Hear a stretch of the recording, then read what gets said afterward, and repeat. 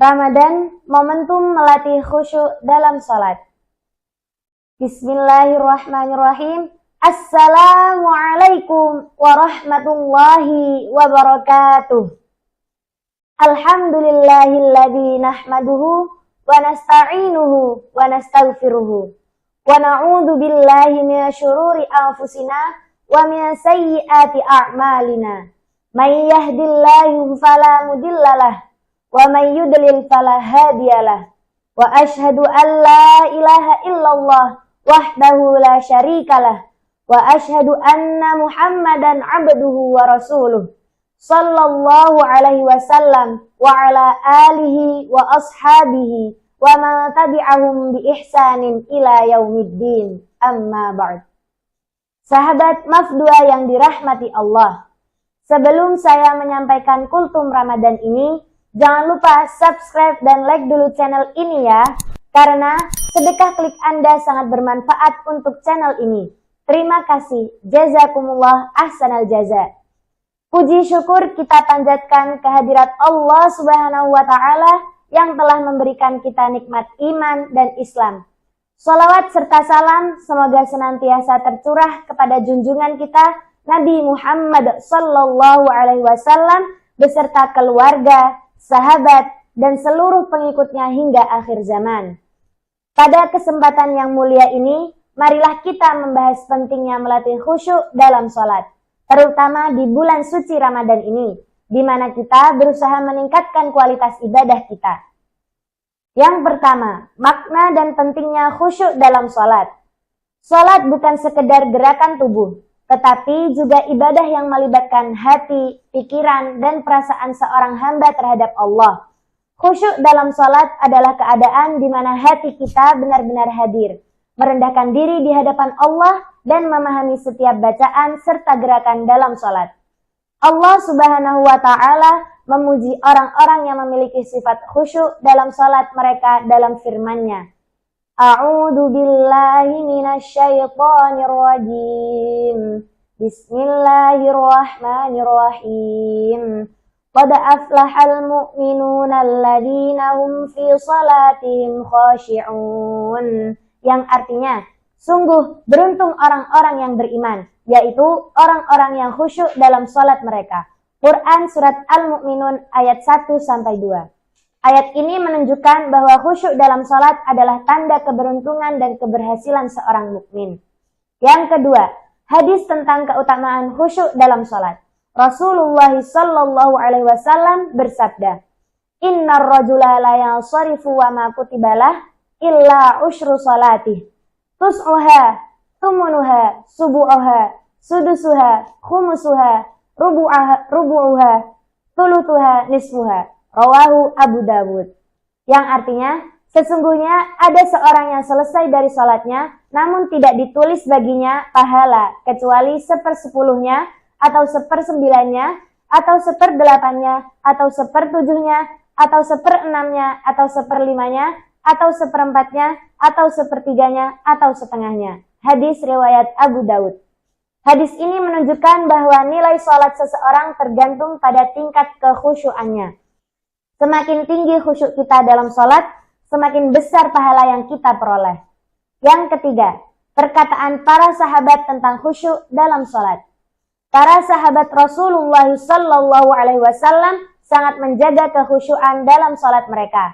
Diriwayatkan bahwa Ali bin Abi Thalib radhiyallahu anhu ketika sedang sholat, tubuhnya gemetar dan wajahnya berubah pucat. Ketika ditanya mengapa demikian, beliau menjawab, "Telah datang waktu amanah yang telah Allah tawarkan kepada langit, bumi, dan gunung, namun mereka enggan untuk memikulnya. Lalu aku yang lemah ini menerimanya." Begitu juga dengan Umar bin Khattab radhiyallahu anhu. Beliau pernah sholat dalam keadaan menangis hingga air matanya membasahi janggutnya ketika membaca ayat tentang azab Allah. Kisah-kisah ini menunjukkan betapa besar perhatian para sahabat dalam mencapai khusyuk dalam sholat. Yang kelima, cara melatih khusyuk dalam sholat. Bagaimana agar kita bisa melatih dan meningkatkan kekhusyuan dalam sholat? Berikut beberapa cara yang bisa kita lakukan. Yang pertama, menjaga wudhu dan bersuci dengan sempurna.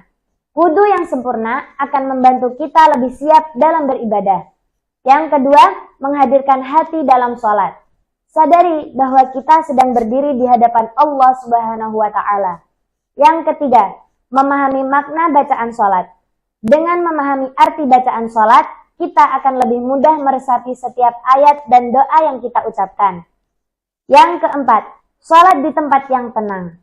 Menghindari gangguan dan suara bising dapat membantu kita lebih fokus dalam sholat. Yang kelima, tidak terburu-buru dalam gerakan sholat. Lakukan sholat dengan penuh ketenangan dan jangan tergesa-gesa. Yang keenam, menghindari hal-hal yang melalaikan. Sebelum sholat, usahakan untuk menyelesaikan urusan duniawi agar pikiran kita tidak terganggu saat sholat. Yang terakhir, memohon kepada Allah agar diberi khusyuk. Rasulullah Sallallahu Alaihi Wasallam sering berdoa agar diberi kekhusyuan. Maka kita pun harus memohon hal yang sama kepada Allah. Ramadan sebagai momentum melatih khusyuk. Bulan Ramadan adalah waktu yang sangat baik untuk melatih kekhusyuan dalam sholat. Mengapa? Karena lingkungan lebih mendukung. Karena banyak orang yang semangat beribadah. Yang kedua, suasana hati lebih tenang. Karena kita sedang dalam keadaan berpuasa. Yang ketiga, banyak kesempatan untuk sholat malam, tarawih, dan tahajud yang bisa menjadi latihan khusyuk dalam sholat.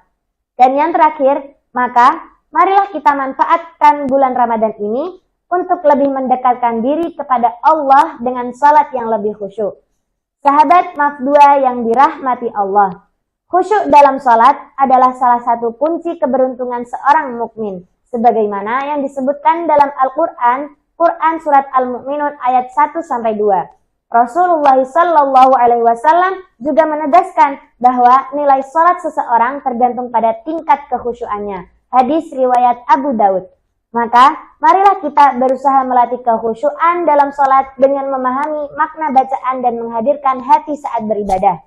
Menjadikan Ramadan sebagai momentum untuk memperbaiki kualitas sholat kita. Meneladani para sahabat yang sangat menjaga kekhusyuan dalam sholat mereka. Semoga Allah Subhanahu wa Ta'ala menjadikan kita hamba-hambanya yang senantiasa khusyuk dalam sholat dan menerima semua amal ibadah kita di bulan Ramadan ini.